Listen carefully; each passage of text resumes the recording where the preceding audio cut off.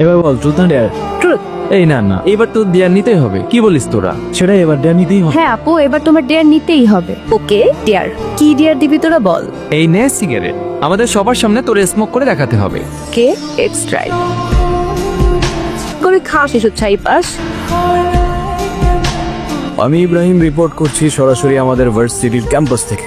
আজকের প্রশ্ন একটাই, স্বাধীনতা, ফ্রিডম কিংবা ইন্ডিপেন্ডেন্স, তার মানে কি এটা ক্যাম্পাসের ভেতর এভাবে ওপেনলি স্মোক করা? যদি তাই হয় আই এম সরি, আপনাদের এরকম স্বাধীনতায় আমি বিশ্বাস করি না।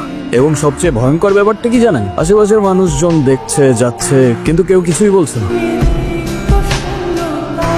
দোস্ত, ওই ছেলেটা আমাদের দেখে ভিডিও করতেছে কেন? Hello, not Excuse me? What? আপনি ভিডিও কেন করছেন? কি আপনি? স্টুডেন্ট। আই মিন আপনি কি স্টুডেন্ট? তো আমিও। You don't look like student, at least আপনার কাজ দেখে তো মনে হচ্ছে না। আপনি পারমিশন ছাড়া আমার ভিডিও কিভাবে করতে পারেন? আমি আপনার ব্যাপারে ডিপার্টমেন্টে কমপ্লেইন করব। ওকে ফাইন, করেন কমপ্লেন। আমি ইব্রাহিম, জার্নালিজমের স্টুডেন্ট, আর এই ভিডিওটা যাবে ডিরেক্ট সোনিয়া ম্যামের কাছে। এই ওয়েট, সরি দাঁড়ান। হোয়াট? করবো না কমপ্লেন, সরি। আর আমি তো স্মোক করি না। সে তো ওরা ডেয়ার দিছিল, সেই জন্য আপনি ভিডিওটা ডিলিট করে দেন না প্লিজ।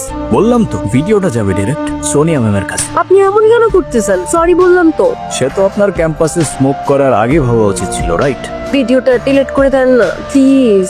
ওকে ফাইন, করে দেবো একটা শর্তে। কি শর্ত বলেন? তোমার মায়ের নাম্বার দাও, তাকে ভিডিওটা দেখাই, তারপর ডিলিট করে দেবো।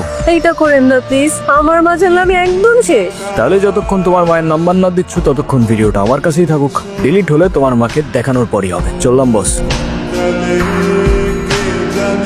কি হয়েছে, মন খারাপ?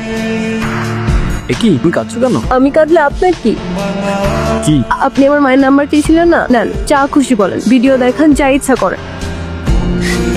হ্যালো আন্টি, আসসালামু আলাইকুম। আপনি কে? এটা তো আয়শার নাম্বার, ওর কিছু হয়নি তো? আরে না না আন্টি, ওর কিচ্ছু হয় নাই। আন্টি, আইসার ব্যাপারে আপনাকে কিছু কথা বলার জন্য কল দিলাম। হ্যাঁ বলো। আপনার মেয়ে তো অসাধারণ একজন মানুষ। আমি ওর ক্যাম্পাসেরই ফ্রেন্ড, ক্যাম্পাসের সব টিচাররাই ওকে অনেক ভালোবাসে। ক্যাম্পাসে ওর মতো আরেকটা মেয়েও নেই।